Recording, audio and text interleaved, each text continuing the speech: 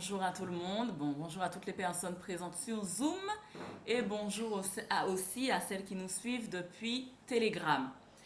Alors vraiment ce matin, j'ai à cœur d'emboîter le pas à Pasteur Claudie à travers ce qu'il disait quant au fait que ces enseignements-là, ils concernent bien évidemment les parents, mais j'ai envie de dire qu'ils devraient s'adresser à toute personne puisque de près ou de loin, nous sommes en contact avec des enfants. Nous sommes en contact avec des personnes qui ont des enfants. Et les enfants, comme nous avons l'habitude de le dire dans ce ministère, Ézéchiel 37, ils ne sont pas l'église de demain, ils sont l'église d'aujourd'hui. Donc, ils devraient vraiment être participants de toute cette dynamique. Et j'aimerais ce matin nous rappeler, parce que c'est vrai que ce sont des sujets qui malheureusement n'intéressent que peu de personnes alors qu'ils portent des enjeux cruciaux. J'aimerais nous rappeler que la famille est au cœur du projet originel de Dieu. Et qu'une famille attentive justement à ce projet de Dieu, c'est un véritable projet de vie. D'ailleurs, quand nous considérons l'Église avec un E majuscule, nous voyons qu'elle fonctionne comme une famille étendue, unie, ou en tout cas qu'elle devrait fonctionner comme une famille étendue, unie et profondément relationnelle. Donc ce matin, nous allons nous intéresser aux besoins fondamentaux des enfants et singulièrement aux besoins du corps, puisque ce serait trop long d'aborder tous les besoins en un seul enseignement. Donc on a pris le parti de fractionner les enseignements, puisque nous considérons la personne humaine, l'être, dans son entièreté, tel que défini dans 1 Thessaloniciens 5, 23, c'est-à-dire esprit, âme et corps. Donc, quand on considère une personne humaine, l'esprit a des besoins, l'âme a des besoins et le corps a des besoins. Donc, c'est à cela que nous allons nous intéresser ce matin, déjà de prime abord à la dimension physique. Mais j'ai à cœur, pour introduire cet enseignement-là, d'encourager aussi les personnes qui nous écoutent, alors soit en direct ou qui nous écouteront en différé via les retransmissions, et qui passeraient par des difficultés. Parce que c'est vrai que quand on a des enfants à élever, ils n'arrivent pas avec un mode d'emploi. Mais la bonne nouvelle, c'est que pour nous qui avons embrassé la parole de Dieu comme étant la vérité, nous avons quand même un manuel du fabricant, comme on aime aussi à le dire, avec des instructions claires et qui peuvent nous mettre sur des bonnes pistes. Donc j'ai vraiment à cœur de nous encourager ensemble, et de près ou de loin d'ailleurs, puisque les temps sont difficiles. La parole de Dieu dit en 2 Timothée 3, les versets 1 et 2, que dans les derniers temps, et nous y sommes, dans les derniers temps, il y aura des jours difficiles, des moments difficiles, et notamment les enfants deviendront rebelles et ingrats, rebelles à leurs parents et ingrats. Et c'est un phénomène qu'on voit. Je pense qu'on sera tous unanimes pour appuyer bibliquement le fait que les temps de la fin sont là. On est en plein là-dedans et on voit ces choses. La pression du monde, elle est très très très forte et elle vient comme happer les enfants et ça nourrit en eux un esprit de rébellion. Donc ça, c'est vraiment un constat. Et pas plus tard, pour la petite anecdote, pas plus tard qu'hier, j'ai été sollicitée par une maman pour avoir une fonction un peu de médiation, de tampon par rapport à un conflit qui l'opposait, un conflit fort à une de ses filles. Et c'était vraiment quelque chose où l'enfant est vraiment entré en rébellion ouverte. Et donc, il a vraiment fallu que le Saint-Esprit, à ce moment-là, libère en moi le don de parole de sagesse pour vraiment atténuer cette situation, rétablir l'écoute déjà et permettre d'entrevoir des solutions. Donc les temps sont difficiles, mais il y a une bonne nouvelle déjà dans tout ça, c'est que Jésus est le grand réparateur de brèches, quelles que soient les circonstances, quelles que soient les situations.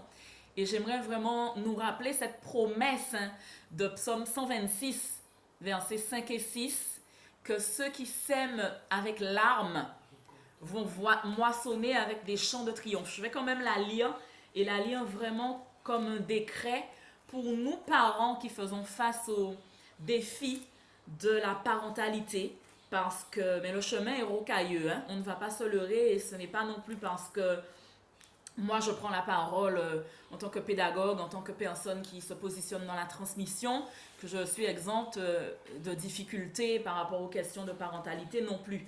Donc vraiment, c'est cette parole, psaume 126, versets 5 et 6.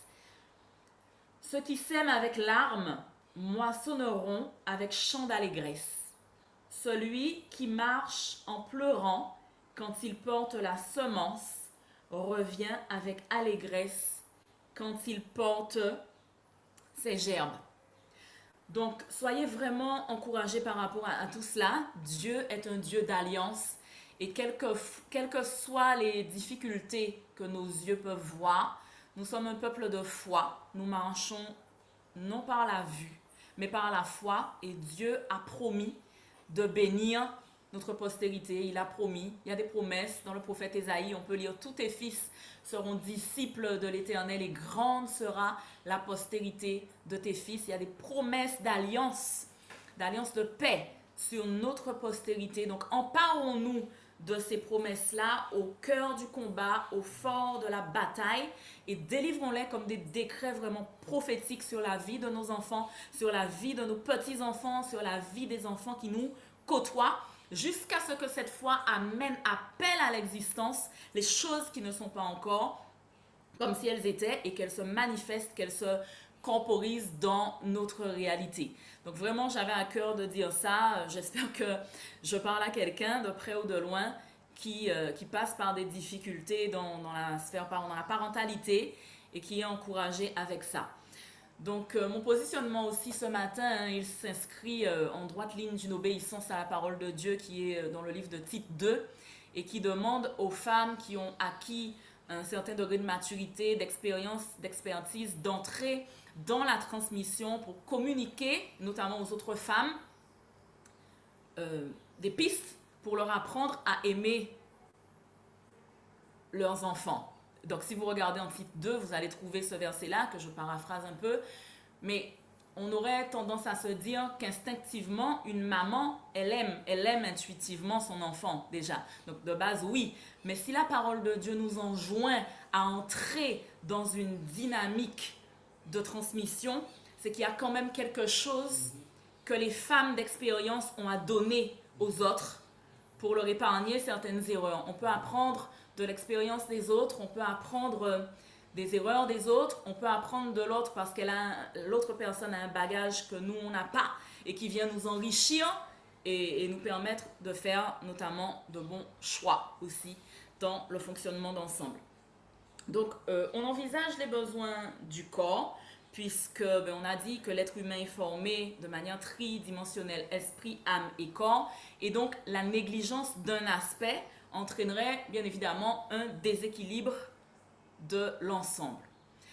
Donc nous parlons ce matin des besoins fondamentaux. Si nous partons de la définition de ce qu'est un besoin, on verra bien évidemment que c'est quelque chose de nécessaire à la vie organique et dont la satisfaction est une exigence. Un besoin, c'est une nécessité impérieuse. Ce n'est pas un désir.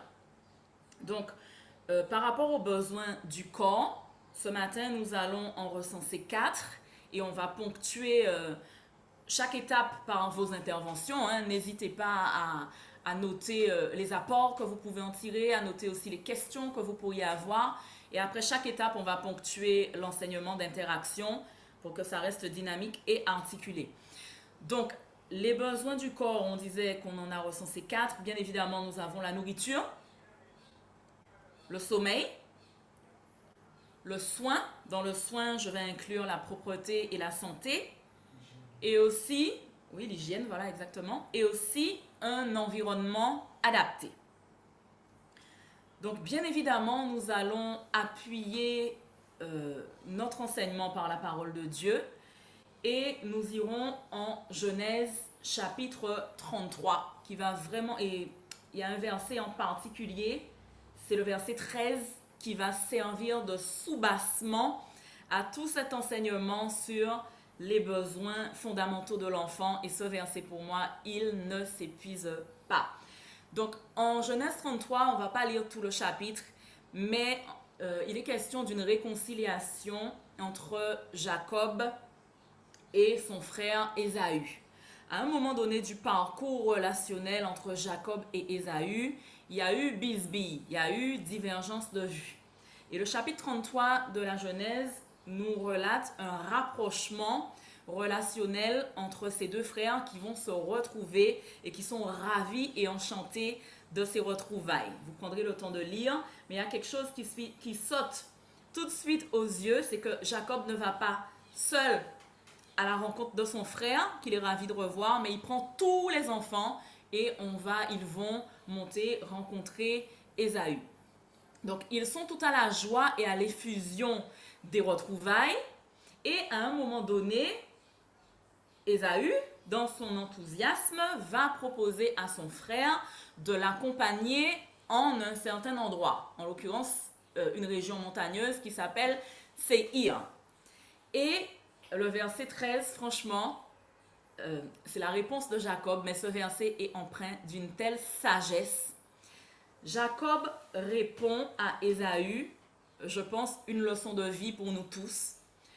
Mon Seigneur sait que les enfants sont délicats. Je lis dans la version seconde, mais il y a d'autres versions qui disent les enfants sont fragiles. Donc, mon Seigneur sait, c'est pas quelque chose qu'on est censé ignorer.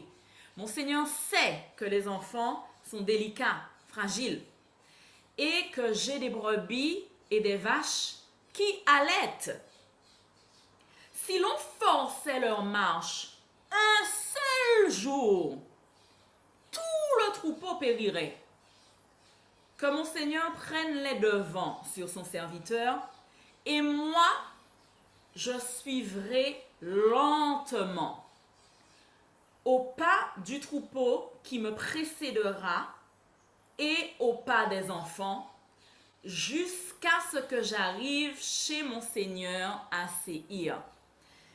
Et dans les versets qui vont suivre, si on creuse un petit peu plus en profondeur, on voit que Jacob va se mettre en route, mais qu'il va d'abord partir pour Sukkot. Donc Sukkot, c'est aussi une fête, spirituellement, la fête des tentes, la fête des cabanes, où il y a vraiment cette dimension de l'importance de se mettre à l'abri de l'Éternel. Donc Jacob, avant d'aller rejoindre Ésaü, quel que soit l'endroit, dans les montagnes ou n'importe où ailleurs, il a mis ces enfants-là à Sukkot. Il les a mis dans des tentes, dans des cabanes. En tout cas, il les a mis à l'abri. Et Jacob, en tant que papa, en tant que père, en tant que patriarche, s'est positionné pour dire que non, il va aller lentement. Il va aller au pas des enfants, au pas du plus faible, au pas du plus fragile, au pas du plus délicat. Et je pense que maintenant, on parlait tout à l'heure de la pression du monde qui nous happe.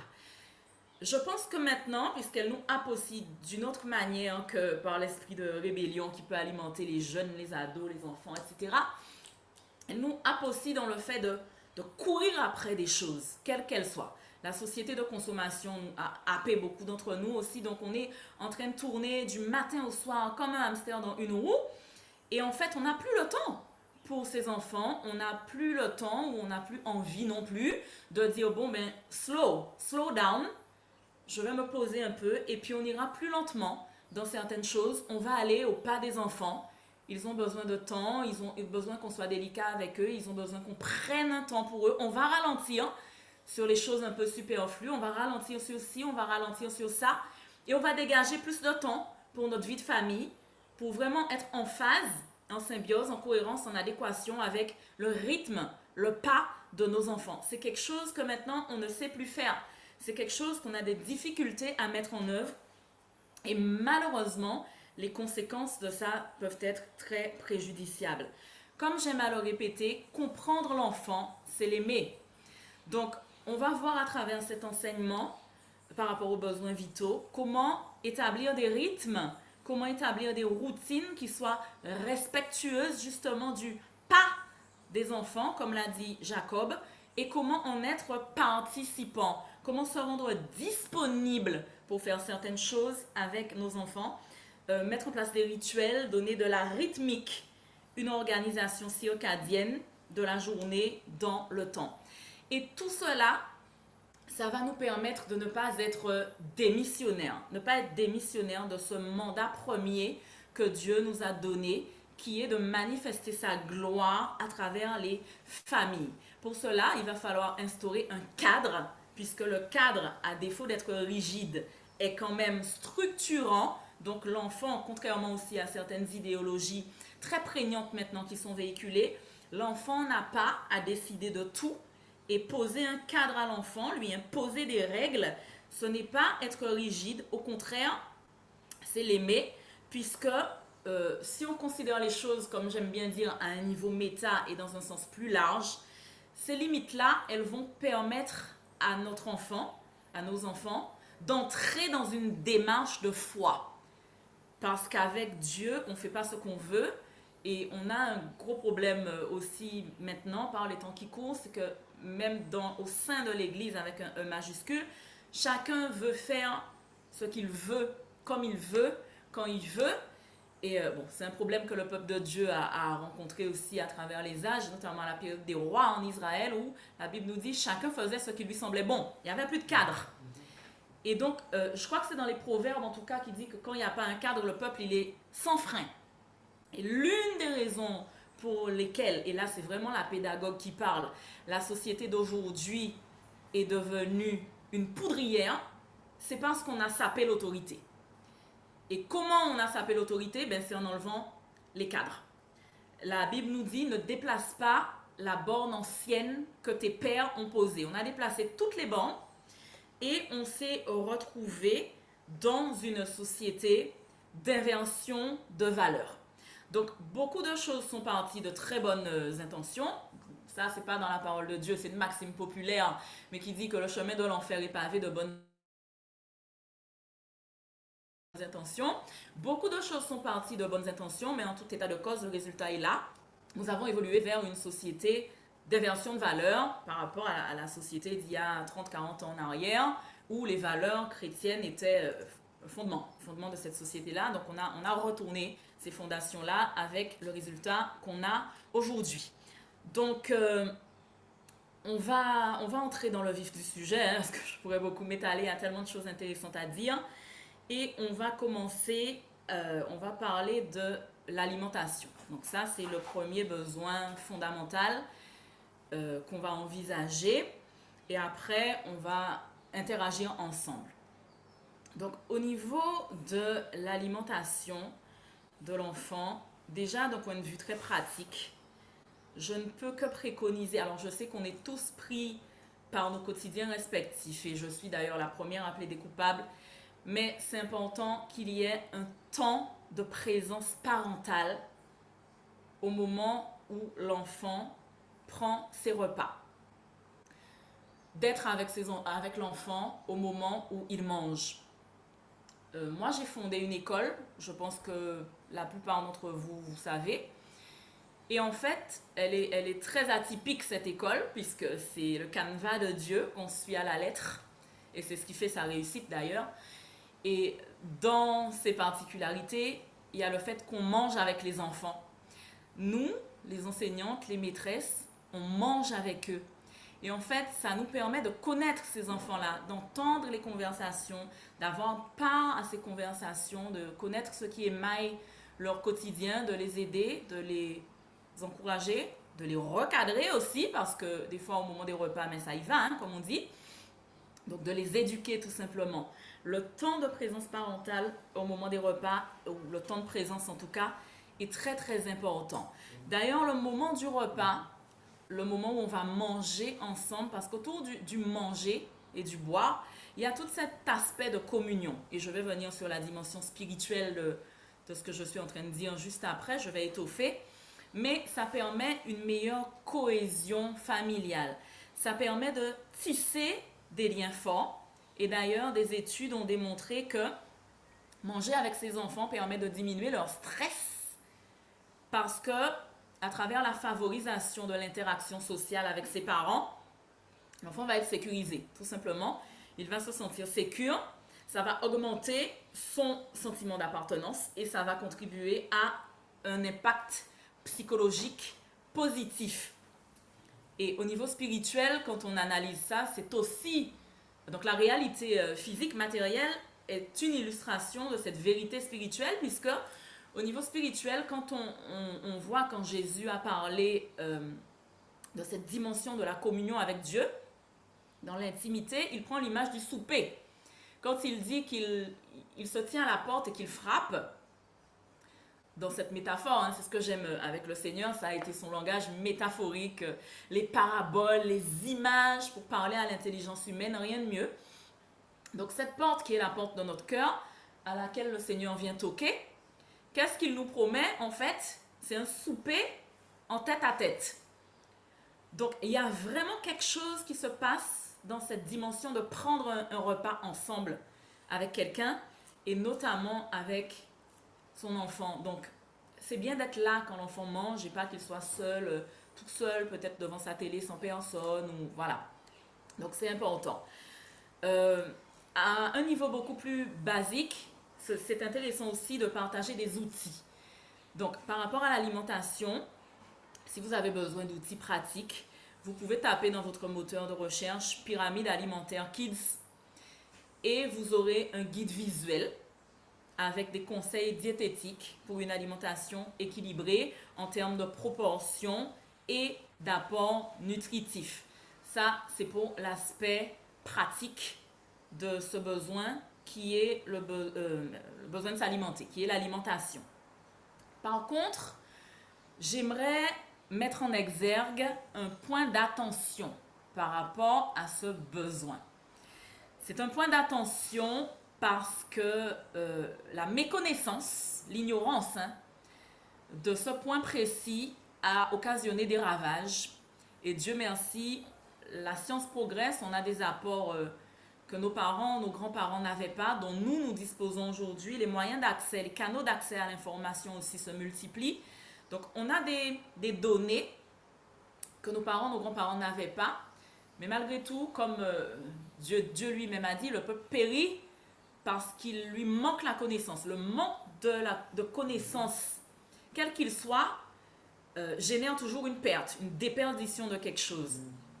Donc, c'est important d'incorporer à l'enseignement toutes ces dimensions-là. J'aimerais alerter ce matin sur le fait qu'un enfant qui ne mange pas de tout n'est pas forcément un enfant qui fait des caprices alimentaires. J'ai dit tout à l'heure que comprendre l'enfant, c'est l'aimer.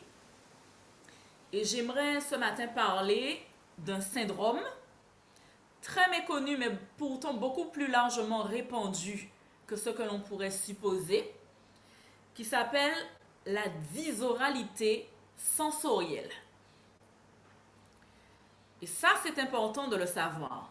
La dysoralité sensorielle, c'est un trouble de l'oralité qui est caractérisé par une hyperréactivité des organes et systèmes du goût et de l'odorat.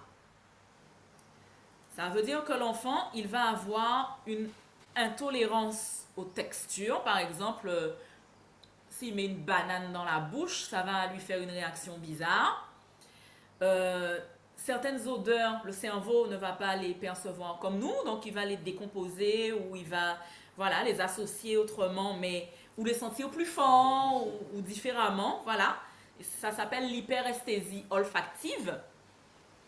Et certains enfants, donc c'est invisible comme trouble, entre guillemets, mais pourtant c'est bien présent et certains enfants ne pourront pas supporter certaines choses. Et si on ignore complètement l'existence de ça, donc c'est pas une pathologie, j'insiste bien, c'est pas une pathologie, donc on n'en guérit pas. Sauf si le Seigneur fait un rééquilibrage complet dans une personne, ce qui est possible aussi. On fait ça évoluer, on apprend à vivre avec, on apprend à composer, mais il faut prendre ça en considération. Il faut savoir que dès lors qu'il y a une forme d'atteinte neurologique, quelle qu'elle soit, et en particulier une forme d'autisme, et je rappelle, pour la petite histoire que l'autisme, c'est un large spectre avec deux pôles sur le segment, les autistes canaires avec déficience intellectuelle mentale, qui sont souvent non-verbaux, mais de l'autre côté, ce qu'on appelle les autistes Asperger. Et les autistes Asperger, vous verrez un enfant, entre guillemets, complètement neurotypique visuellement, mais qui en fait ne l'est pas. Donc on peut avoir tendance à juger un enfant, tout simplement parce qu'on est dans l'ignorance de ses difficultés, tout simplement parce que les autistes Asperger, ce sont souvent des enfants savants, souvent surdoués, avec des fulgurances dans certains domaines, notamment mnésiques, la mémoire, qui pourront vous réciter le calendrier, vous dire quel jour on était, en telle année, à telle date, etc. Vous ne saurez pas si vous n'avez pas l'œil averti que cet enfant-là a quelque chose de différent. Et si vous invitez ses parents, vous allez peut-être ne pas comprendre ou vous dire que les parents sont permissifs ou laxistes parce que l'enfant ne mange rien, qu'il ne peut pas rester assis à table avec les autres parce que donc c'est un enfant mal élevé, que ses parents n'ont pas suffisamment de poigne, etc. Alors que c'est complètement faux et que les problématiques sont complètement autres. Donc 80% des enfants qui ont une atteinte neurologique quelconque sont porteurs de dysoralité sensorielle, c'est pas rien quand même 80%, mais quand même, un quart des enfants à développement normal sont aussi porteurs de dysoralité sensorielle. Donc, un enfant qui a... Je ne dis pas que des fois les enfants ne font pas leur caprice alimentaire et qu'il ne faut pas les recadrer, ça peut arriver, mais restez quand même véatif, vigilant, observez l'ensemble, observez sur le long terme, sur une période un peu plus étoffée, voyez avant de vous faire une idée que c'est un enfant qui fait des caprices, qui n'a pas envie de manger ça et que de toutes les façons tu vas manger le repas parce que si tu ne le manges pas, tu n'auras pas le dessert, etc. On ne sait pas, on ne sait pas. Donc, cherchons d'abord à comprendre pourquoi l'enfant il fait ça. Un enfant qui ne peut pas rester à table avec d'autres enfants ou avec des adultes, c'est pas forcément un enfant mal élevé à qui on doit imposer de rester assis à table. C'est peut-être juste que parce que l'enfant, il y a un camembert, il y a un brie posé sur la table et que l'enfant, il peut pas, il ne peut pas. Il n'est pas en capacité, ou du poisson, ou que sais-je encore, d'absorber ça, c'est trop pour lui. Donc, restons bienveillants, voilà, restons bienveillants. Et j'ai envie de dire que plus on acquiert la connaissance, plus on devient humble en fait, plus on redescend de sa tour d'ivoire pour entrer dans les réalités et plus on devient bienveillant. Parce que c'est souvent les personnes qui sont ignorantes de certains sujets qui malheureusement ont beaucoup d'avis à donner. Et donc mon conseil aussi par rapport à ça pour les parents qui ont déjà de grosses difficultés à gérer, c'est de s'entourer de personnes suffisamment bienveillantes pour être non jugeantes. Voilà. Ou alors, parce que quelqu'un de bienveillant peut aussi faire un dérapage verbal. Moi, la première, ça peut arriver qu'on fasse un commentaire déplacé, etc. Mais c'est important aussi de communiquer. Si les personnes, ce sont des amis, c'est important de pouvoir expliquer les choses à nos amis. Je ne dis pas d'aller raconter à tout le monde les difficultés de nos enfants, hors de question, bien au contraire. Mais aux amis, on doit pouvoir communiquer. Je sais que quand mon fils aîné était petit, il ne mangeait, alors Dieu merci, comme je dis, c'est derrière nous tout ça. Enfin, cette partie-là, elle est derrière nous aujourd'hui. Quand je dis que Jésus rééquilibre tout ce qui a rééquilibré, c'est en connaissance de cause et il y a quelque chose qu'on ne m'enlèvera jamais, c'est l'expérience du vécu. Et donc, quand il était petit, 2 ans et demi à peu près, l'enfant ne mangeait que des aliments chauffés à une certaine température. Donc, bienvenue, parce qu'il fallait avoir un micro-ondes sous la main quand même. Parce que même les biscuits, à cette période-là, il fallait chauffer les cookies, il fallait chauffer les madeleines, Et une fois, une personne, et quand je dis qu'elle était bienveillante, elle l'était sincèrement. C'était une personne, on avait une amitié forte ensemble et tout. À cette époque-là, on se voyait souvent. Et cette personne-là qui n'avait pas saisi la chose, elle nous a sorti une fois en souriant, mais c'est de la dictature. C'était pas méchant, c'était vraiment fait sans méchanceté, mais en riant, la personne nous a dit, mais c'est de la dictature. Et en fait, ça peut heurter parce que le parent qui est dans son silence avec Dieu hein, par rapport à ces problématiques, qui n'a pas forcément envie d'aller en parler de ça, de verbaliser ça et tout, mais qui a déjà sa souffrance, entre guillemets, juste une petite phrase comme c'est de la dictature, ça peut faire mal. J'insiste bien sur le fait que c'était pas fait intentionnellement, ni pour blesser, ni pour heurter, mais au final, c'était quand même une maladresse. Et après, j'ai dû avoir un grand dialogue avec cette personne pour expliquer certaines choses, puisqu'on était proches, hein, et c'est vraiment une personne à qui je voue une considération sans borne et jusqu'à aujourd'hui. Et quand cette personne a compris, cette personne nous a dit, à mon mari et moi, cet enfant est béni d'avoir des parents comme vous. Parce qu'il aurait eu d'autres parents qui seraient passés à côté, ça aurait été une catastrophe pour cet enfant-là. Donc ça, c'est vraiment quelque chose à prendre en considération. S'entourer de personnes suffisamment bienveillantes pour être non jugeantes. Alors, dans les cas où les troubles alimentaires, le trouble des conduites, des comportements alimentaires seraient vraiment importants, il y a aussi la possibilité de prise en charge pluridisciplinaire à travers la rééducation thérapeutique pour habituer progressivement l'enfant à tolérer certaines consistances, certaines textures, etc.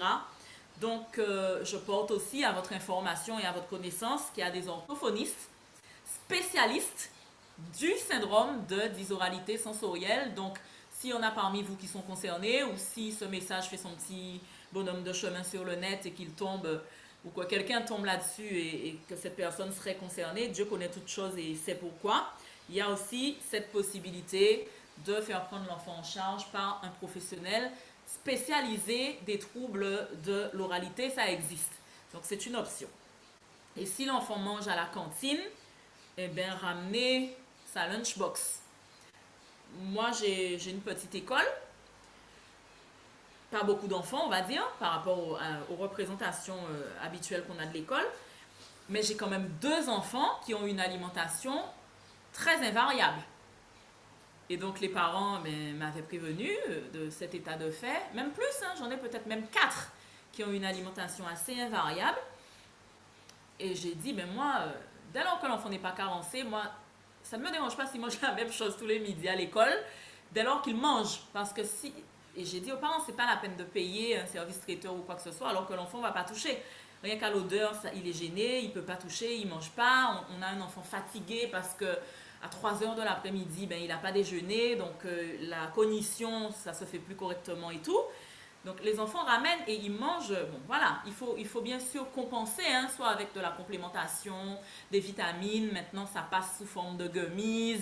Il y a pas mal, l'industrie pharmaceutique a mis en place pas mal de petites choses assez intéressantes, d'appétence facile et qui restent quand même naturelles pour suppléer, pour compléter par rapport aux enfants qui auraient ce type de difficultés. Voilà, donc on va ponctuer. Hein. Alors, y a-t-il des questions? Y a-t-il des réactions? Interactions? À vous, la parole est à vous. Alors, sentez-vous libre de vous exprimer.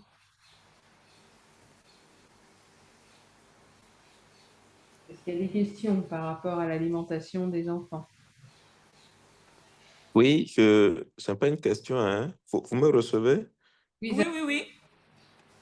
Alors, pendant que vous en parlez, c'est là que je comprends mieux euh, l'enfant, mon tuteur, qui, depuis sa naissance, a refusé catégoriquement de prendre du poisson et il ne prend que du fromage, le fromage béninois. Ça se fait d'une façon spécifique. Moi, je l'avais jamais, avec le lait de vache, bien sûr. Moi, je l'avais jamais compris. J'ai dit, mais comment un enfant peut ne pas aimer le poisson, il n'aime pas les œufs, il n'aime pas la viande, et il ne prend que ce type de fromage en termes d'apport de protéines.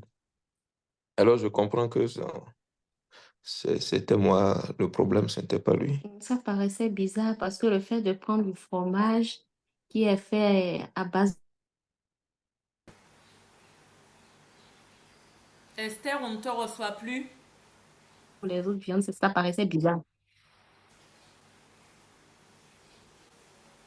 Oui, Esther, il Donc, faudra reprendre, on n'a pas tout entendu. Il faut reprendre parce qu'on n'avait pas entendu. Ah oui, je disais que ça paraissait vraiment bizarre. Le fait qu'il ne veuille pas prendre la viande, rien du tout à part le fromage. Donc, il ne prend que du fromage. Cela montre qu'il n'est pas végétarien. Ça paraissait bizarre. Mais là, on a compris. Exactement, et c'est exactement l'objectif, hein, de cet enseignement-là. Parce qu'en fait, les enfants comme ça, ils paraissent bizarres aux autres, en vrai. Quand on n'a pas cette connaissance-là, et je pense que Dieu a permis hein, que je vive certaines choses dans ma vie, parce que je pense que franchement, si je ne les avais pas vécues, j'aurais, en toute honnêteté, hein, j'aurais été la première à juger de certaines choses. Je le dis, moi, en vérité, je le confesse. Ça m'aurait paru bizarre de voir un enfant. Franchement, il y a une maxime encore, un proverbe, une maxime populaire hein, qui dit avant j'avais des principes, maintenant j'ai des enfants. Mais franchement, je pense que si on m'avait dit que voilà, ça avait été possible, j'aurais dit mais non, c'est pas possible, mais non. De toute façon, moi, quand j'aurai mes enfants, ils vont manger ça que je leur donnais, et puis voilà. Et en fait, ça paraît bizarre, et c'est pour ça que c'est super important d'en parler, parce qu'il y a même des parents qui vont rudoyer l'enfant parce qu'ils n'ont pas cette connaissance. Pourquoi tu veux manger que du fromage? Pourquoi tu prends pas le poisson qu'on te donne? Pourquoi ci, pourquoi ça? Alors que peut-être que l'enfant est en situation de difficulté. En fait, l'enfant a besoin d'être aidé. L'enfant n'a pas besoin d'être encore plus enfoncé alors qu'il est déjà en proie à des difficultés énormes. Vous m'excuserez, il y a le bruit de la pluie derrière. On a une onde tropicale, donc je ne sais pas la même mise là-dessus.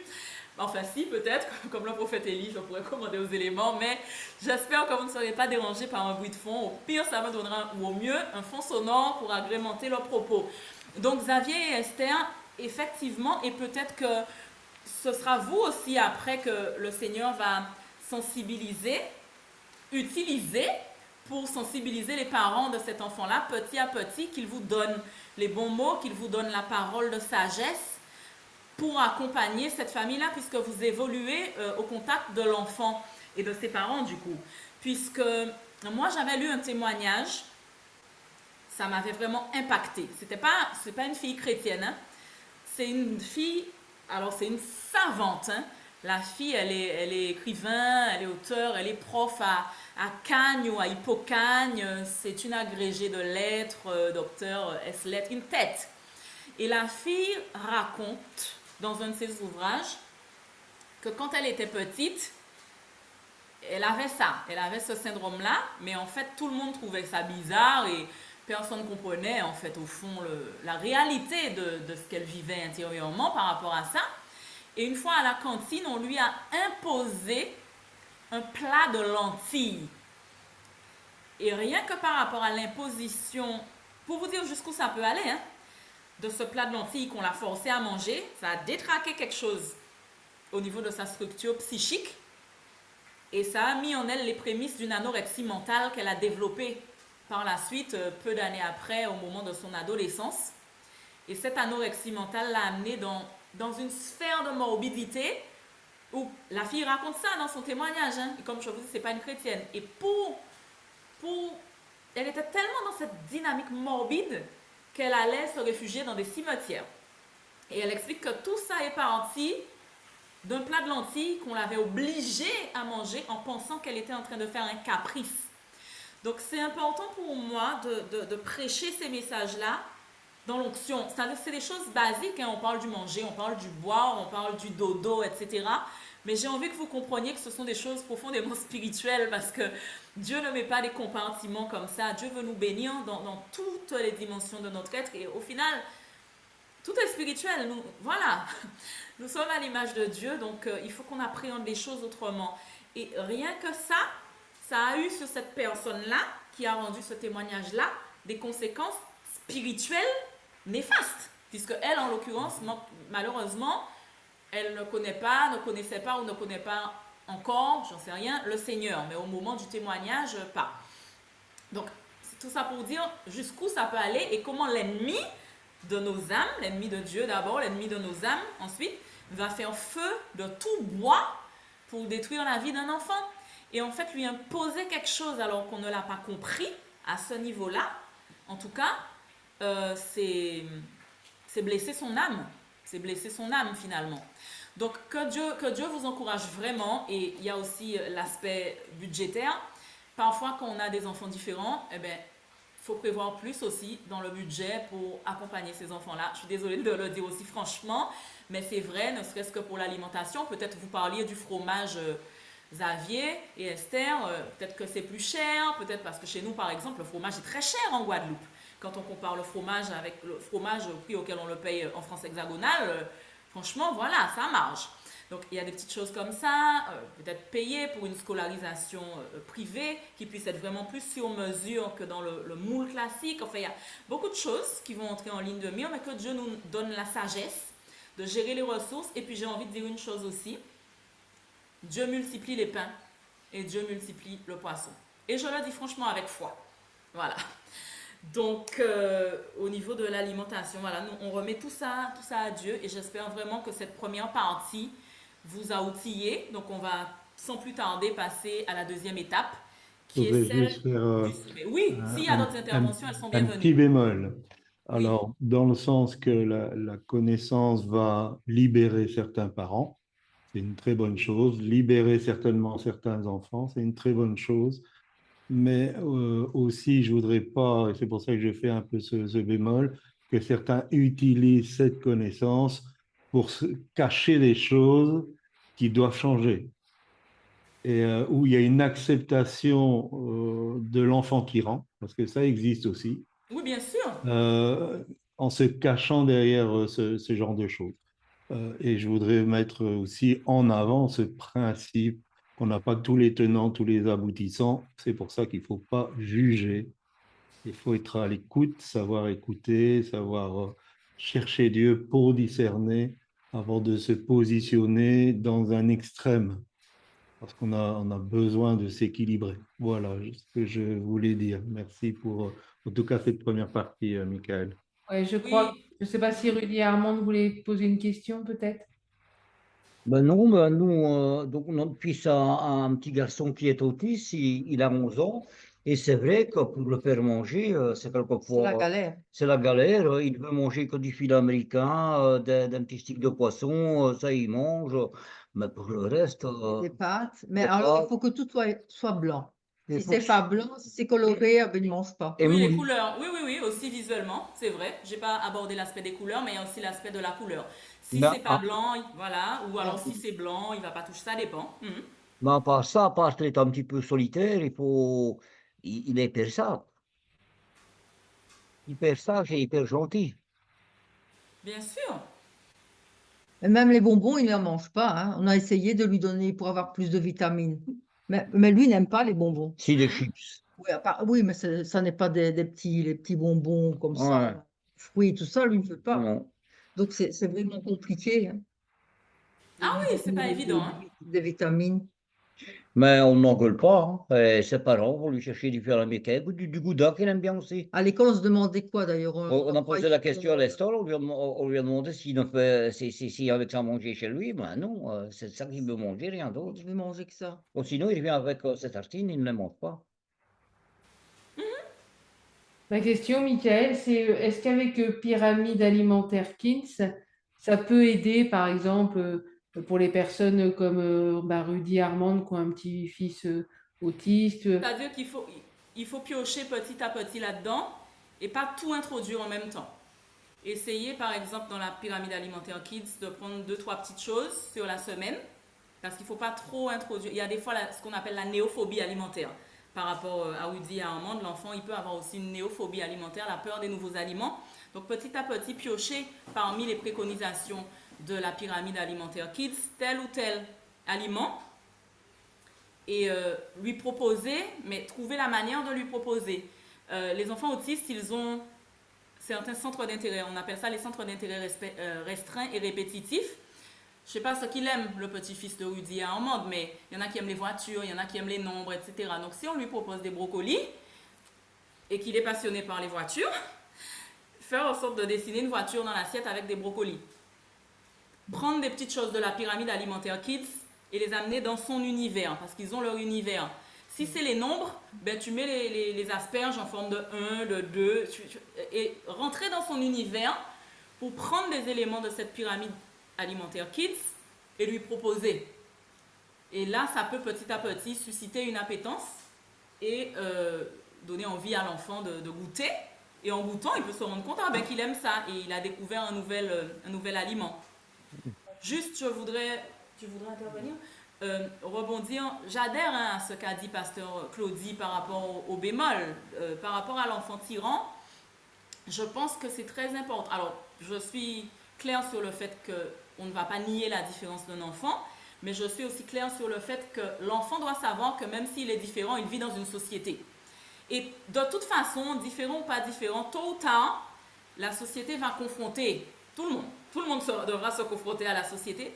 Donc c'est important aussi d'expliquer à l'enfant dès qu'il est en âge de comprendre que c'est pas parce que tu es différent que tu vas manipuler les gens, ni non plus te victimiser. Tu te retrousses les manches et tu te bats, mon ami. Dieu t'a créé comme ça, il sait pourquoi. Mais ne pas laisser l'enfant basculer sur un versant de tyrannie. Et ça passe par le fait de communiquer avec lui et savoir aussi dire à l'enfant quand on t'a dit non, c'est clair que c'est non. On sait jauger quand même, si on est sincère avec nous-mêmes en tant que parents, à quel moment l'enfant essaie de nous manipuler pour devenir un peu tyrannique, un peu enfant roi, un peu tout ça. Donc j'adhère complètement à ce que Pasteur Claudie disait, dans le sens où l'objectif n'est pas de laisser l'enfant devenir un enfant tyran, parce que ce ne serait pas rendre un service à l'enfant. Mais ça, j'allais en parler justement quand je vais parler du TDAH, le trouble déficitaire de l'attention avec ou sans hyperactivité, parce que c'est la grande mode en ce moment. On va revenir là-dessus dans quelques instants. Mais j'adhère à ce point. Donc merci beaucoup, Pasteur Claudie, d'avoir apporté ce bémol-là. Olivier? Oui, je voulais réagir en fait. Alors déjà, juste pour compléter ce que disait Michael à l'instant, c'est vrai que quand on est parent d'un enfant différent, avec l'expérience, on apprend à différencier à quel moment l'enfant est en réelle souffrance et à quel moment l'enfant essaye de manipuler, comme n'importe quel enfant. Oui, parce que ça peut même aller à la crise de panique. Et on sait, des fois, ça pourrait, pour l'œil lambda, vraiment paraître pour un caprice ou un enfant qui tyrannise. Mais en fait, l'enfant, il peut être en crise de panique, pour quelque chose qui nous semble bénin, le cœur qui bat vite, l'enfant... Donc, oui, en fait, à force d'être confronté justement à des expériences avec l'enfant, on apprend à connaître son enfant. Donc moi, par exemple, je sais très bien à quel moment mon fils il essaye de jouer, et là, du coup, tout de suite, je l'arrête. Et je sais quand il est en réelle souffrance. Mais une parenthèse aussi, un bémol aussi de mon côté maintenant, pour dire que ça peut mettre des conflits dans un couple. Parce qu'au début de notre mariage, et moi ça ma maman me le dit tout le temps, pas de notre mariage, au début de notre parentalité. Ma mère, elle me dit souvent, Michael, heureusement que Dieu t'a montré certaines choses. Parce que, en fait, au début, moi, j'ai compris certaines choses, mais pour mon mari, lui, il pensait que c'était vraiment... comme si l'enfant veut faire l'enfant roi ou l'enfant tyran. Et ce sont des choses qui peuvent mettre... Et au final, il s'est avéré que ce n'était pas le cas. Et ce sont des choses qui peuvent mettre vraiment des frictions importantes dans un couple sur la manière de gérer ça. Parce que entre la maman qui est persuadée d'avoir détecté quelque chose et le papa qui est sûr que l'enfant est en train de vouloir jouer à l'enfant roi et que quelque part la maman le brosse dans le sens du poil, à un moment donné, ça fait le silex. Donc, c'est vraiment important de se mettre devant la face de Dieu, de s'appuyer sur des faits pour décoder, décrypter, et que le Saint-Esprit montre vraiment qui est l'enfant en fait. Et comment gérer cet enfant, comment manager les choses, comment driver l'enfant. C'est vraiment important parce que ça peut exploser un couple, et beaucoup de couples parentaux d'enfants différents ont craqué en vrai, à cause de la gestion. Voilà. Je ne sais pas si tu as quelque chose à rajouter. Alors, donc ça c'était juste pour compléter ce qu'elle disait, et puis... faut pas s'inquiéter. Je pense que en fait, ce qui est important quand on a un enfant différent, d'autant parce qu'on parle de l'alimentation, c'est le sujet actuel. Pour répondre aussi à la question de tout à l'heure sur Telegram, il faut faire preuve de créativité. En fait, il faut innover. Il ne faut pas y aller en introduisant tout en même temps, parce que du coup, ça va faire un cafouillage et l'enfant au final, ça va le dégoûter, il ne voudra plus rien. Il faut y aller progressivement, il faut dialoguer avec lui, et puis surtout essayer de mettre en place des petites façons ludiques de faire passer les choses. Par exemple, moi, les légumes, mon fils est vraiment du mal avec les légumes. Ben, du coup, moi, j'ai fait passer les potages. Et ça passait. Voilà, et puis parfois, ben, il va vouloir des potages pendant 1, 2, 3 semaines, et puis ensuite, il va dire, ben non, je veux plus. Et là, Faut pas forcer. il faudra trouver une autre façon de faire passer pour qu'au final, il puisse adhérer.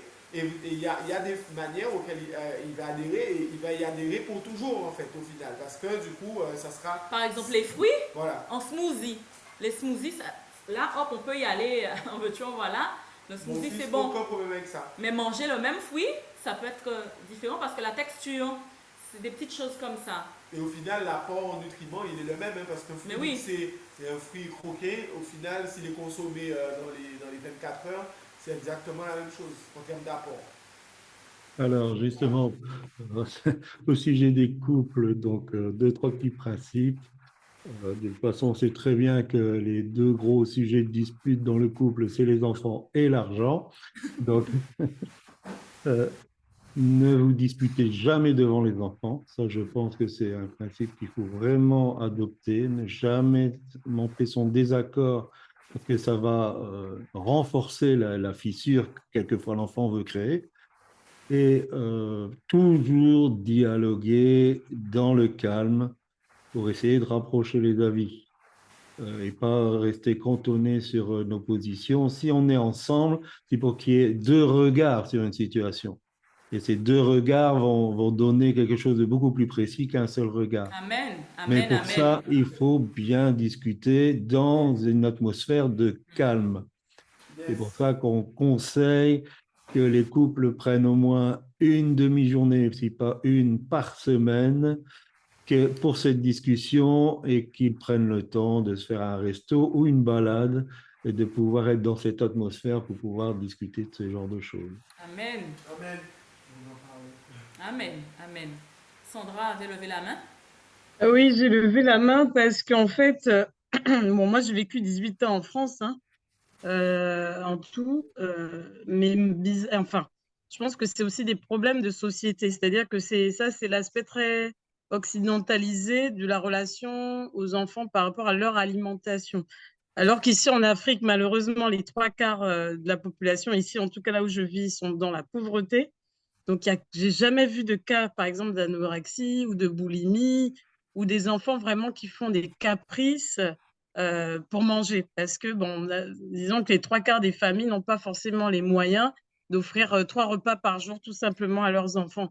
Donc, les enfants sont beaucoup, même du point de vue de l'éducation, bon, maintenant, il y a des valeurs qui se perdent beaucoup, mais du point de vue de l'éducation, les enfants sont quand même beaucoup plus soumis. Et puis, les rapports ne sont pas aussi... comment je pourrais dire ça? Les rapports, ben, il n'y a pas beaucoup de pères qui communiquent avec leurs enfants. Il y en a, mais je ne pense pas que ce soit la majorité. Les rapports sont des fois malheureusement violents. Mais bon, pour se limiter à l'alimentation, par exemple, mon mari qui a vraiment une éducation à l'africaine, lui, il me reprochait de demander aux enfants ce qu'ils voulaient manger. Ce qui fait, ça c'est ce sujet que je voulais aborder. Moi, j'avais tendance à leur demander ce qu'ils voulaient manger depuis toujours, et lui me l'a souvent reproché au départ. Ce qui fait que à la maison, des fois, on est obligé de faire une pizza, des pâtes pour X, faire la bouffe africaine pour Y qui va manger avec les parents. Et puis, en fait, Z, il va faire son steak haché ou son omelette. Et du coup, en fait, ça rend les repas, certes, on les mange souvent en famille, mais bon, après, ça crée. Par contre, les miens, du coup, ils font des caprices parce qu'ils ne veulent pas manger ci, ils ne veulent pas manger ça. Mais ça, disons qu'on est quand même, je pense, une minorité parce qu'on est un peu la classe moyenne, en fait.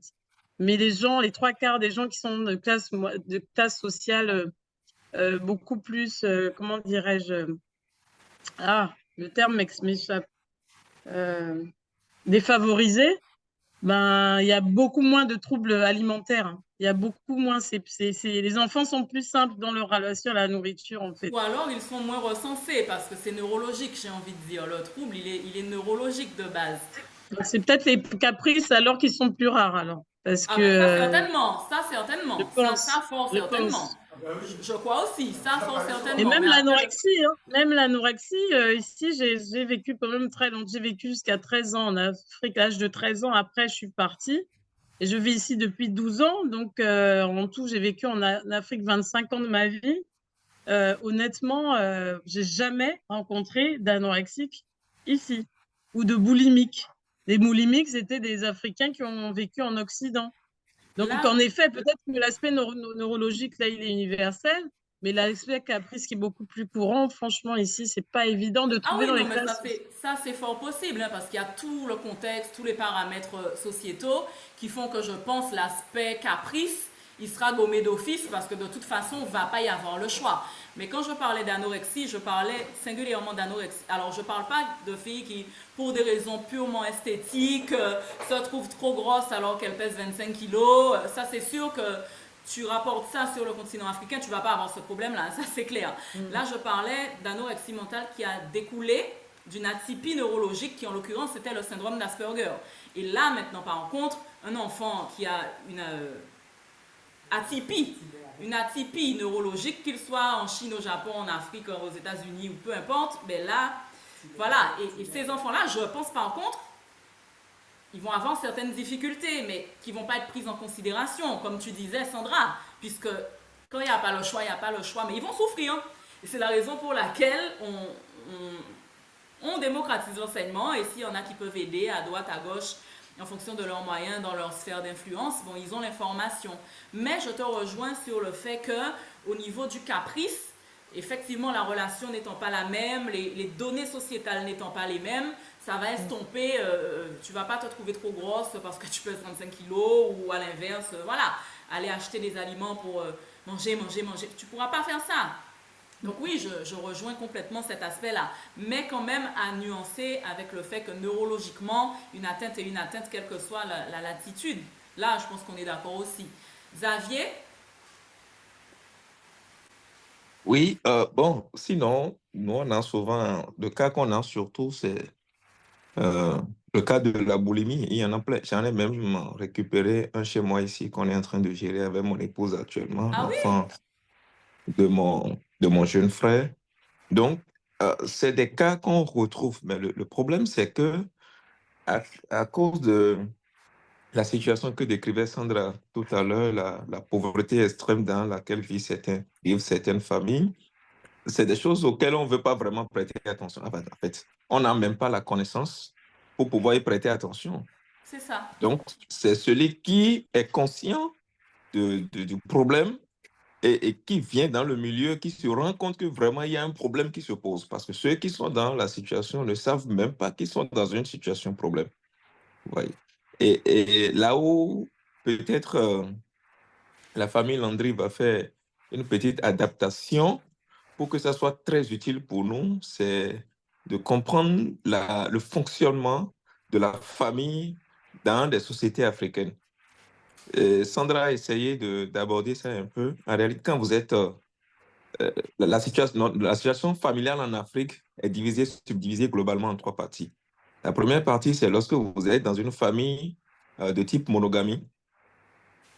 Ensuite, lorsque vous êtes dans une famille de type polygamie. Et la troisième catégorie, vous êtes dans une famille princière. L'organisation n'est pas la même. Et quel qu'en soit le cas, quand vous êtes un garçon, papa ne discute pas avec vous quand vous êtes un enfant. C'est maman qui s'en occupe. Papa discute avec vous lorsque vous êtes à l'âge adolescent, lorsque vous devenez rebelle. Ouais. Donc, il y a ces spécificités qui sont les nôtres ici et qui fait que si on ajoutait ça à votre communication, ça devient carrément pour nous un guide que nous allons utiliser même dans nos sociétés pour aider ceux qui sont dans des difficultés. Merci beaucoup.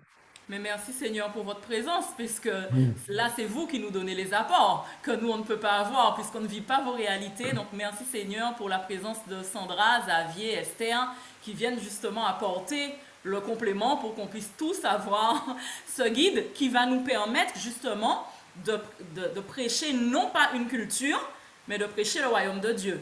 Ouais. Parce que c'est ça l'important en vrai. Je voulais juste encore rajouter quelque chose par rapport... donc l'être humain et l'être humain. Tous les êtres humains ont les mêmes fonctionnements. Maintenant, les sociétés sont différentes, ça c'est clair. Et il y a une chose que nous, on a appris avec Pasteur Corinne, c'est qu'en Afrique, tout ce qui touche à la guérison intérieure est très peu développé. parce qu'il n'y a pas vraiment de connaissance du problème. Effectivement, bien souvent, les problèmes sont passés sous silence parce qu'on ne veut pas les affronter. Et, euh, et donc, ça ne veut pas dire que les problèmes ne sont pas là. On ne les reconnaît pas. Et si on ne les reconnaît pas, on ne sait pas apporter une bonne solution. Mais Jésus est venu guérir les cœurs brisés de tous. Et donc, c'est bien que le message passe et que ça puisse éveiller les consciences. Un serviteur de Dieu disait, parce qu'il devait aller prêcher au Japon, et il disait, bon, je ne sais pas comment ils vont réagir. Les Asiatiques, c'est la première fois. Et puis quand il est revenu, il a dit, les Japonais sont comme tous les êtres humains. Ils ont réagi à l'onction de Dieu exactement de la même manière. Amen. Non, mais c'est intéressant, hein, franchement. Merci, merci pour tous vos apports. C'est vraiment, vraiment intéressant. Donc, on avance. On va sur le pôle du sommeil maintenant. Donc, là, je vais mettre l'accent sur le temps de présence parentale au moment du rituel du coucher. C'est important d'être là pour border ses enfants. C'est important d'être là pour leur raconter une petite histoire. Alors, sauf bien sûr si les obligations professionnelles font que, j'ai envie de dire que quelqu'un qui travaille de nuit, bon ben il travaille de nuit. Il faut vraiment prendre en considération tous ces paramètres-là. Mais dans l'idéal, idéalement, si c'est possible, le temps de présence parentale au moment du coucher est très important puisque ça donne de la sécurisation, ça renforce le sentiment d'appartenance, les liens. Et c'est aussi un temps que nous chrétiens, on va prendre pour fermer cette journée et remercier Dieu, être dans l'action de grâce par rapport à ce qu'il nous a été donné de vivre. Nous, on sait que le moment du coucher, donc il y a papa, il y a maman et les enfants. Donc chaque personne, c'est comme une répartition des tâches, on va dire, des rôles. Chaque personne a son rôle. Au moment où nous, on va coucher nos enfants, donc on met les garçons dans leur lit et c'est eux qui font les actions de grâce. Ils font les actions de grâce. Le papa prie et moi, je raconte l'histoire biblique. Alors, ils ne veulent plus que je la lise. Ils veulent que je la raconte avec la voix. Donc, il y a vraiment cette transmission dans l'oralité avec tous les détails, toutes les petites choses que maman va raconter, comment Samson a fait pour déchirer le lion. Enfin, voilà, plein de petites choses.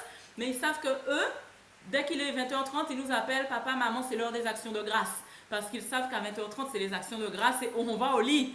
Et après, une fois qu'ils ont fait les actions de grâce, c'est même eux qui disent, ah, mais papa, maintenant c'est le temps que tu pries. Maintenant, maman raconte l'histoire. Donc, c'est important de sceller les liens, en fait, hein, relationnels dans le foyer. Parce que j'ai envie de dire que la vraie bataille, c'est de gagner le cœur de nos enfants. Et si on arrive à gagner leur cœur, ce sera quand même plus facile derrière. Donc, par rapport au sommeil, c'est important, on parlait tout à l'heure, voilà, justement. Et c'est là que j'y viens, de fixer un cadre. On a dit en préambule que le cadre, ça ne veut pas dire être rigide, mais que c'est obligatoire de fixer un cadre pour que ce soit structurant. Par exemple, l'enfant n'a pas à décider que ce soir, je vais dormir à 22h45, demain, j'irai dormir à 23h05, ce soir, je vais dormir à 18h. C'est important pour les parents de fixer un cadre, un horaire, pour que l'enfant puisse aller se coucher et que ça, ben, ce soit imposé en fait. Tu n'es pas, et je parlais aussi tout à l'heure de certaines choses qui vont venir s'implémenter dans notre éducation spirituelle. Tu n'es pas roi, tu ne peux pas décider de tout, tu ne peux pas faire tout ce que tu veux. Quand c'est l'heure d'aller se coucher, nous, quand c'est 20h30, on appelle les enfants, sauf si circonstances exceptionnelles, réveillon de Noël, ou si on est invité à un mariage, sauf si circonstances exceptionnelles. C'est quand même pas la loi des mères et des pères qui est immuable, bien sûr, il peut y avoir certains aménagements, mais sauf circonstances exceptionnelles, quand on t'appelle à 20h30, tu passes pas à la table des négociations, tu viens te coucher. Donc ça, c'est, voilà, quand on disait tout à l'heure, il ne faut pas donner l'habitude à l'enfant de croire qu'il peut tyranniser la maisonnée parce qu'il a des différences et des spécificités. On va singulièrement venir sur l'aspect du TDAH tout à l'heure. On va parler de tout ça. Donc, donner une régularité dans l'organisation circadienne, fixer une heure pour que l'enfant il aille passer au lit. Un enfant qui dort, c'est un enfant qui, alors 3 choses, récupère, grandit et mémorise. Un enfant qui dort, c'est un enfant qui récupère de la fatigue et du stress de la journée.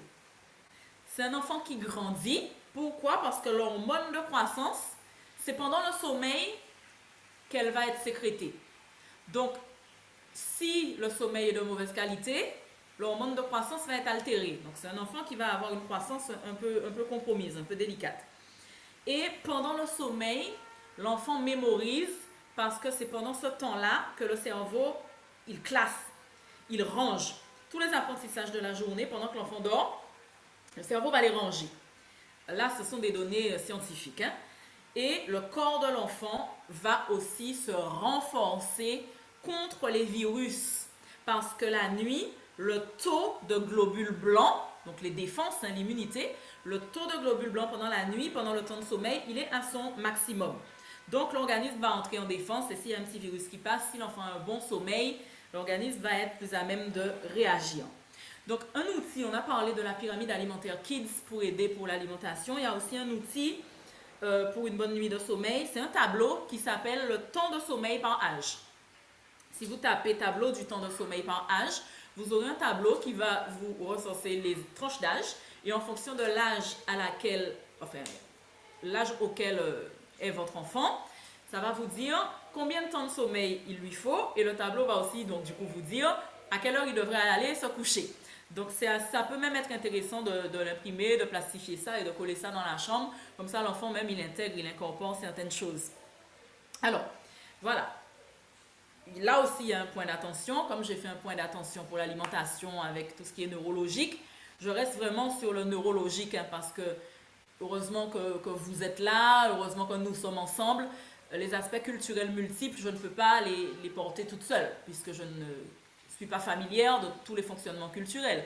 Donc c'est pour ça qu'on est ensemble. Mais là, je reste vraiment sur les données d'études pédagogiques avec la dimension des apports scientifiques.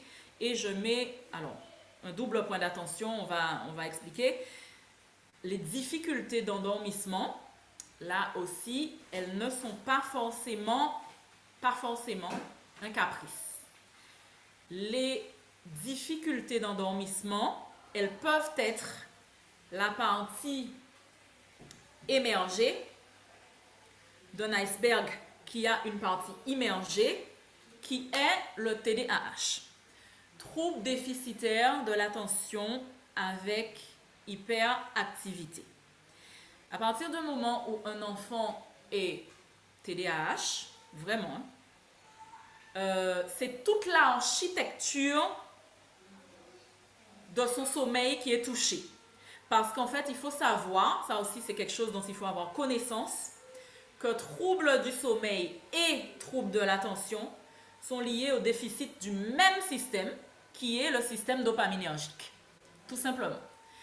Donc, un enfant qui ne veut pas aller se coucher, c'est peut-être un enfant TDAH. Et c'est encore là qu'il faut vraiment, précieux Saint-Esprit, vraiment, qu'on a besoin du discernement pour savoir si c'est un enfant qui essaie de tirer sur la corde ou si c'est un enfant qui a vraiment une difficulté. Parce que si c'est un enfant qui est en train d'essayer de tirer sur la corde, qui veut régenter la maison, rester à regarder ses dessins animés jusqu'à pas d'heure, ne pas aller au lit, il faut imposer à cet enfant-là d'aller dormir. Par contre, si c'est du TDAH, il faut imposer aussi, mais d'une autre manière, c'est-à-dire de manière moins ferme, de manière plus aménagée. Il faut qu'il aille dormir. De toute façon, c'est pas « Ah, ben de toute façon, tu es TDAH, bon ben tu n'arrives pas à dormir, reste jusqu'à 1h, 1h30 du matin et quand le sommeil va t'emporter, ben il va t'emporter. » Non, pas du tout. Il faut justement, et c'est ce que je disais tout à l'heure, quelle que soit la différence, mettre un cadre. Mettre un cadre, il ne faut pas se cacher derrière ça pour qu'il n'y ait plus de cadre et qu'il y ait la tyrannie, l'anarchie ou tout ce que vous voulez, c'est pas possible. Mettre un cadre, mais si l'enfant est TDAH, ce qu'il faut mettre en place, c'est des choses qui peuvent aider à réguler pour favoriser un endormissement paisible. Concrètement, ça va être quoi? Ça va être, et on en revient toujours à la régularité, ça va être des horaires de repas réguliers qui vont donner une structure et qui vont permettre de canaliser. La structure, déjà, elle va canaliser un peu le TDAH. L'enfant, il est TDAH, donc il est hyperactif. Il va falloir lui donner une activité physique importante pour qu'il puisse se défouler, avoir un exutoire pour vider ce surplus d'énergie qu'il a, puisque son système dopaminergique, il est en arborescence, vraiment. Donc, il faut qu'il ait une activité physique plus importante peut-être que les autres enfants. Ça va déjà le fatiguer un petit peu. Donc, sur l'architecture du sommeil, ça va aussi réguler les choses. Mais l'activité physique importante, elle ne doit pas être tardive.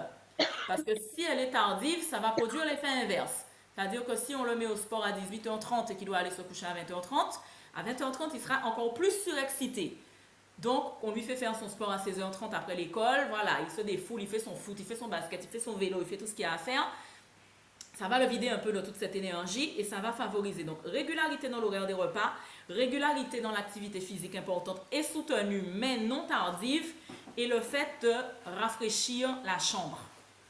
Trouver des moyens, que ce soit sous nos latitudes avec des ventilateurs, ceux qui ont la clim avec la clim. Ça dépend encore une fois de l'endroit où vous vivez, de vos contextes culturels, familiaux, etc. Mais il faut que la chambre soit rafraîchie parce que la température fraîche, elle va favoriser l'endormissement. Donc encore une fois, bémol, hein, on trouve le point de patinage, on trouve le jonglage vraiment entre ça et ça, c'est-à-dire entre le TDAH qui l'empêche de s'endormir et l'enfant qui veut tirer sur la corde et faire sa loi. Et dans tous les cas, enfants différents ou pas, un enfant ne fait pas sa loi. C'est juste que les accompagnements ne vont pas se faire de la même manière, enfin, ne fait pas sa loi, ne devrait pas faire sa loi. Mais les accompagnements ne se font pas de la même manière selon que l'on a un enfant neurotypique ou neuroatypique, tout simplement.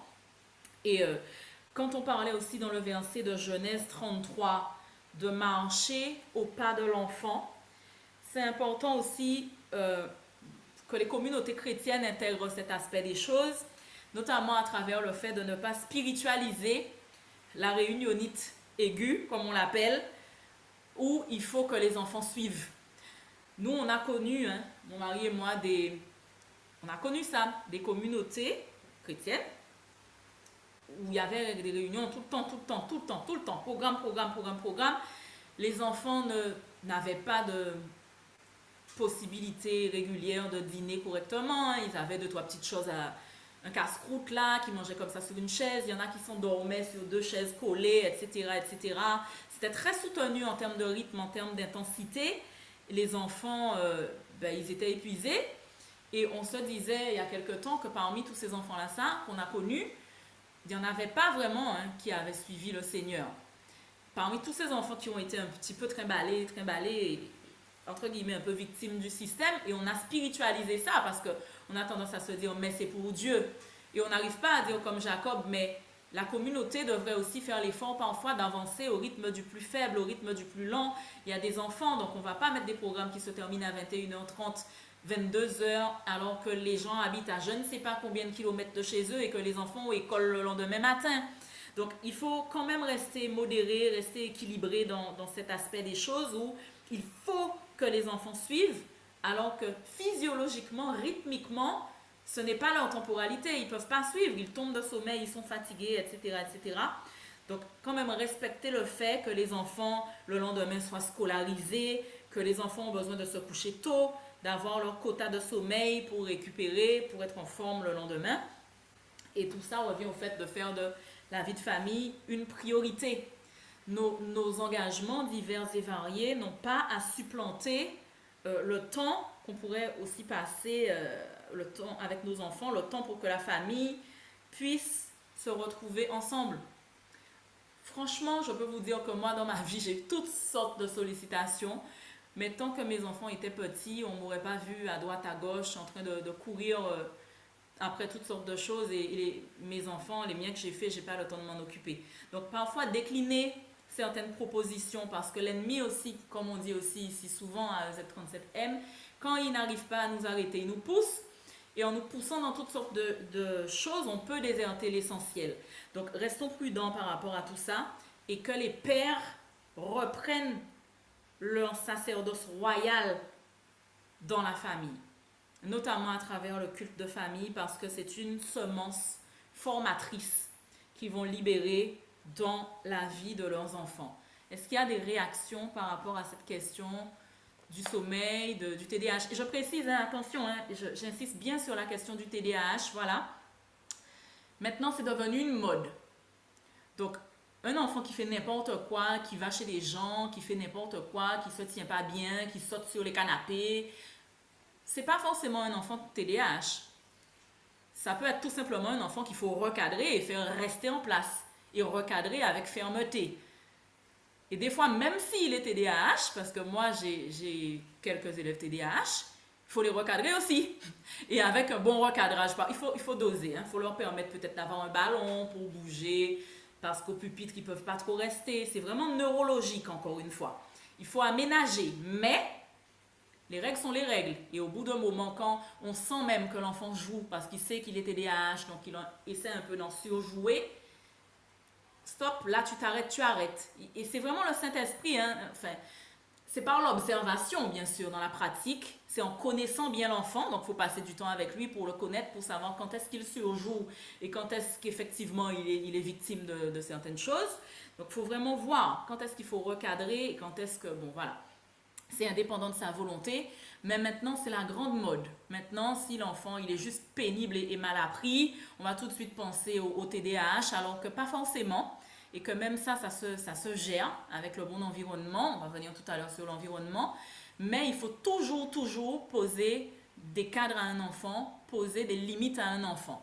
Récemment, je discutais avec une très bonne connaissance. Donc, on discutait en contexte professionnel. Moi, en tant qu'enseignante et elle en tant que pharmacienne, puisqu'elle est docteure en pharmacie. Et elle me disait, mais Michael, tu n'imagines pas à quel point il y a une quantité d'enfants maintenant qui sont sous méthylphénidate.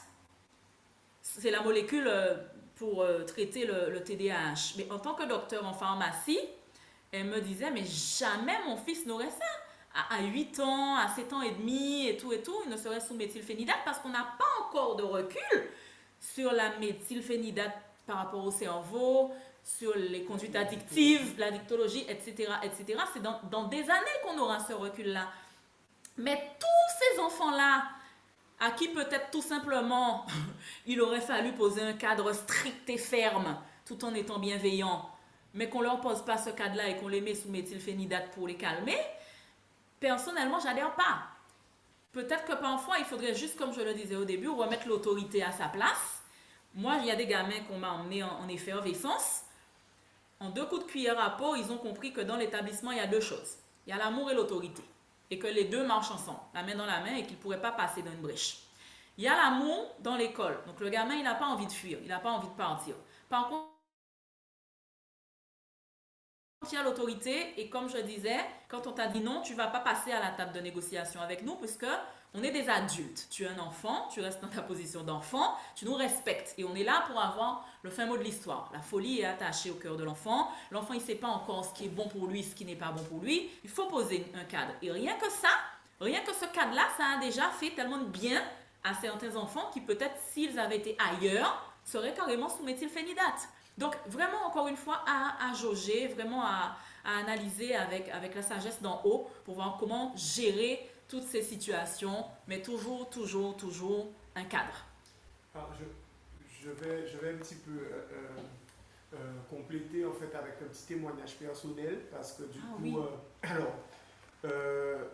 C'est effectivement c'est la mode de parler de TDAH, de TDA, etc.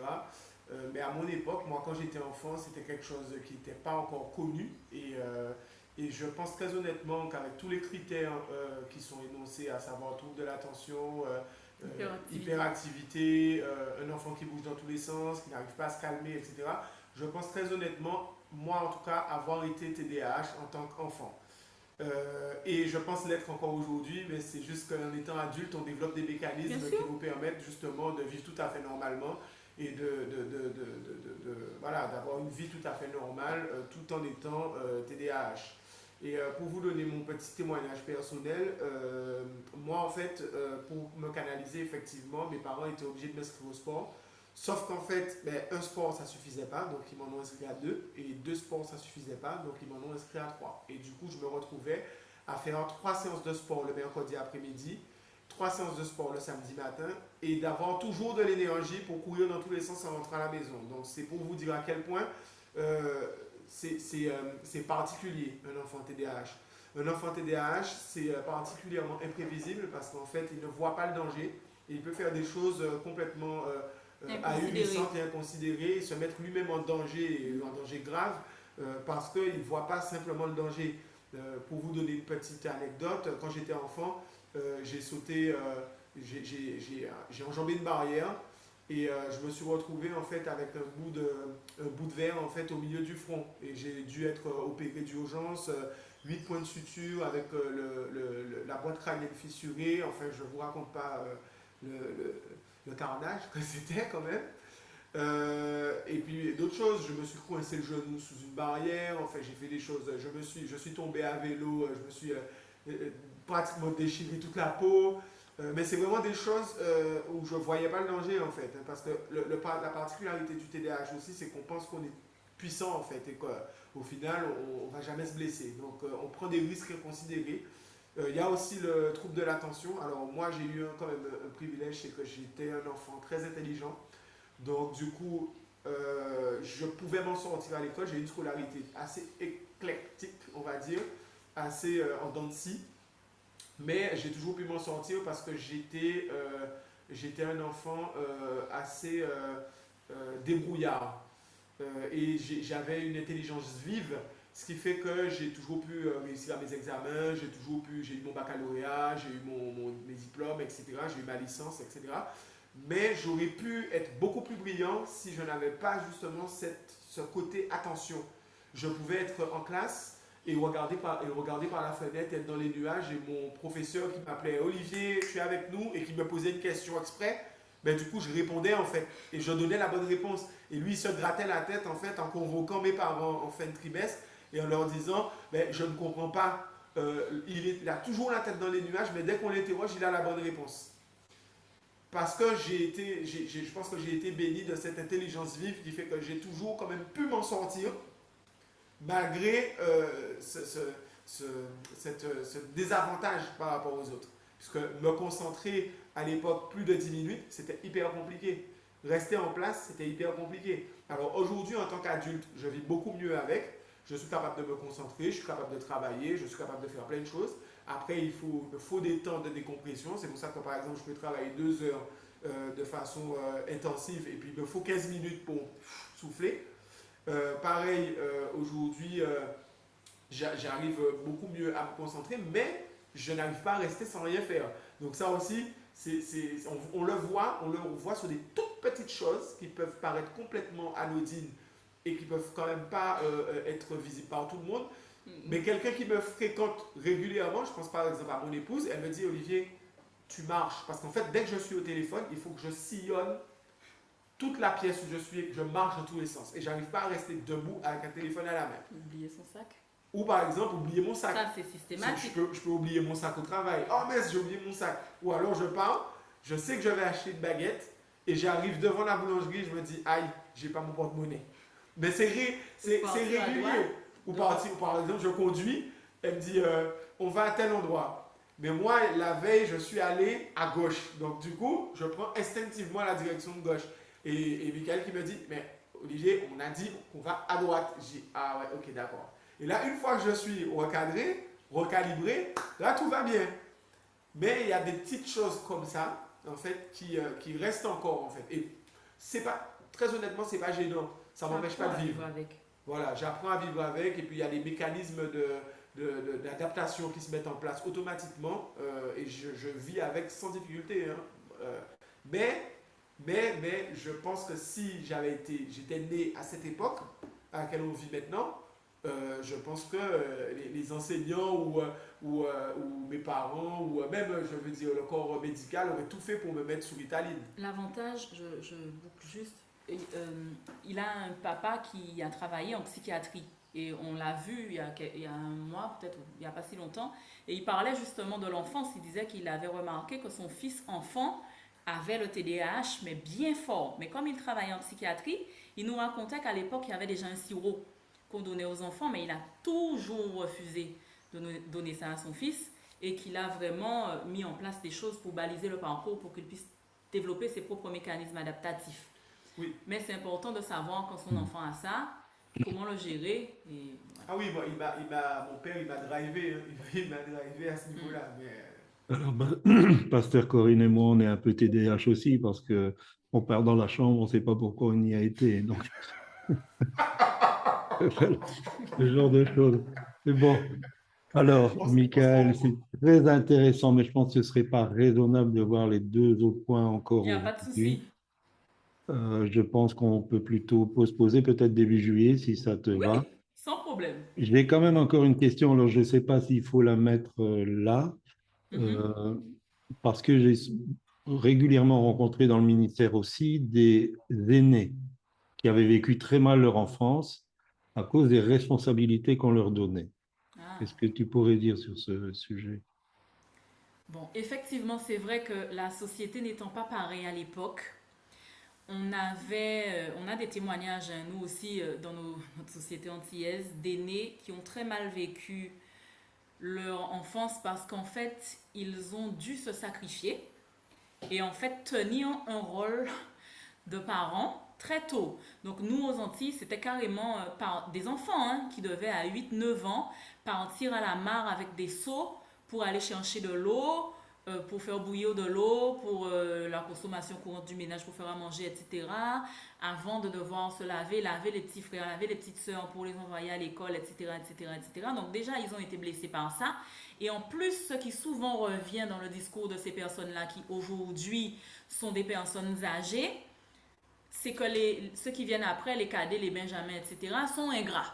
Donc en fait, et ça revient souvent, ils ont hyper mal vécu leur enfance. Donc il y a une grande blessure, une grande fissure qui s'est creusée. Et en plus, quand tout le monde a grandi, eux, ils ont eu l'impression de s'être sacrifiés pour ceux qui suivent, pour les suivants dans la fratrie, alors que ceux-là n'avaient aucune reconnaissance, qu'ils ont fait leur vie, qu'ils ne les captent même pas aujourd'hui, et tout ça et tout ça. Et ça donne des personnes souvent amères et cadenassées, claquemurées dans cette espèce d'amertume. Donc moi, bon, déjà les conseils, c'est vrai que maintenant ça se fait un peu moins, je pense. Je n'ai pas investigué au niveau des études, mais c'est vrai qu'au niveau des responsabilités des aînés, en tout cas je pense qu'aujourd'hui, vu qu'on a quand même un peu plus de confort de vie, elles ne sont pas les mêmes. En tout cas, là où nous on est, donc en contexte oriental. Ce serait peut-être intéressant d'avoir le point de vue des personnes qui vivent sur le continent africain pour savoir, aujourd'hui, comment sont les responsabilités des aînés, comment elles se traduisent.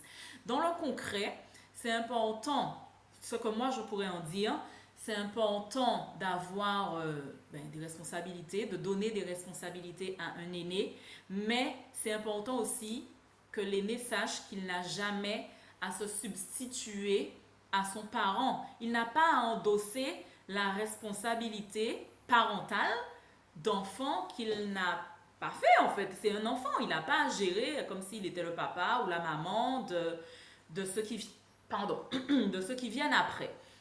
Donc je pense que c'est important que l'aîné sache aussi qu'il a un modèle à incarner. Hein. Moi je dis souvent hein, à mon grand, tu montres l'exemple. On nous dit l'exemple vient d'en haut. Ton petit frère il te regarde, il va faire comme tu fais, il va croire que c'est bien parce que tu es grand et tout. Donc il y a un comportement que l'enfant il doit comprendre, intégrer, incarner en sa personne. Mais c'est pas à lui de gérer son petit frère.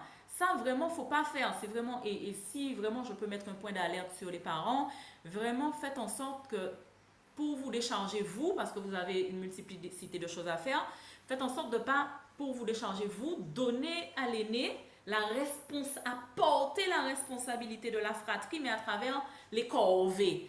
Parce que ça l'aîné, au bout d'un moment, il va être victime d'un sentiment d'injustice.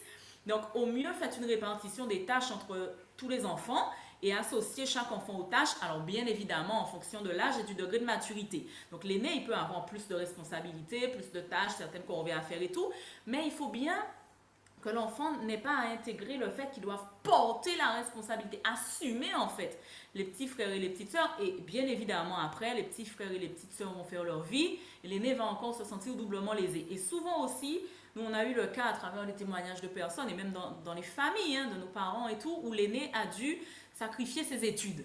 Il y avait le fait de devoir porter tout le monde, mais il y avait aussi le fait de devoir sacrifier les études. Bon, on ne peut pas envoyer l'aîné faire ses études de médecine dans l'Hexagone parce qu'il y a 7 petits frères et sœurs derrière et qu'on ne pourra pas financer et tout. Et souvent, les aînés ont dû se rabattre sur des professions qu'ils n'avaient pas à cœur d'embrasser pour des petits frères et des petites sœurs qui, eux, après, ont bénéficié de plus de possibilités, qui ont fait leur vie et qui ont manifesté une belle ingratitude vis-à-vis des aînés. Donc, en tant que parents, maintenant que nous, on a tout ce recul, vraiment veiller à ce que nos enfants aînés n'aient pas à porter la charge qui nous incombe à nous, tout en les incluant bien sûr dans la notion de responsabilité, de tâches, etc., etc. Et pour les personnes qui ont déjà été victimes, entre guillemets, de ça, ben, le pardon est avancé. Hein. Le meilleur moyen, c'est de se dire que, bon, ben, si on ne peut pas réécrire l'histoire passée, on peut quand même continuer à avancer. Donc, ne pas s'enfermer dans la douleur, ne pas reproduire, ne pas s'enfermer dans la douleur, et pardonner, dépasser, et trouver un moyen de continuer d'avancer. Ce seraient mes préconisations, en tout cas, par rapport à cette question, Pasteur Claudie. Merci. Et donc, je voudrais dire aussi, pour ceux peut-être qui ne sont pas encore parents, qui envisagent le mariage ou qui sont juste mariés, pensez bien à votre famille. Le nombre d'enfants, pensez Oui. le bien, parce qu'il y a une responsabilité individuelle pour chaque enfant. Donc, C'est ça. voilà. Est-ce qu'il y a d'autres interventions? En tout cas, très, très intéressant. Merci beaucoup, Michael.